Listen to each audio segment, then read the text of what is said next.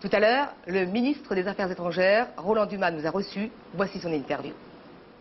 L'Irak nous doit beaucoup d'argent, 24 milliards. Alors, est-ce que ça va nous bloquer, nous rendre un peu mous à l'égard de Saddam Hussein? Il s'agit de toute autre chose. Il s'agit du respect du droit international.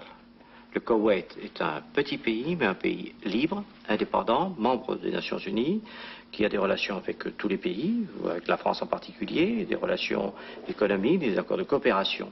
Et c'est une infraction grave à la loi internationale que de régler un problème local par les armes, d'envahir un pays souverain. Je suppose que les États de la région attendent de nous de faire en sorte qu'on évite une situation de fait accompli, c'est-à-dire l'Irak ayant envahi le Koweït est prêt à saisir un autre pays.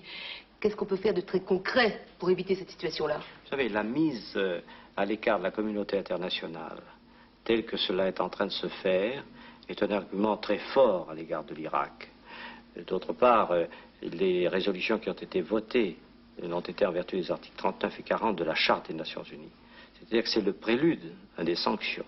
Si le Conseil de sécurité décide de sanctions économiques et financières à l'égard de l'Irak qui tire ses ressources de son commerce international, eh bien cela aura un effet, permettez-moi de vous le dire, très salutaire. Et la France les appliquera, non seulement elle les demandera, elle les votera, mais elle les appliquera.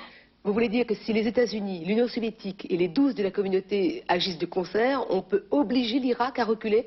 La résolution demande et exige le retrait immédiat des troupes irakiennes du Koweït. Oui, mais enfin, s'il ne le fait pas, est-ce que militairement on fera quelque chose? Si cela ne se fait pas, le Conseil de sécurité s'est donné rendez-vous pendant quelques jours et adopter les sanctions que nécessitera la situation. Cela signifie que militairement on va faire quelque chose contre l'Irak? L'Irak est un pays qui a conduit une guerre contre l'Iran qui a été très dure et très difficile.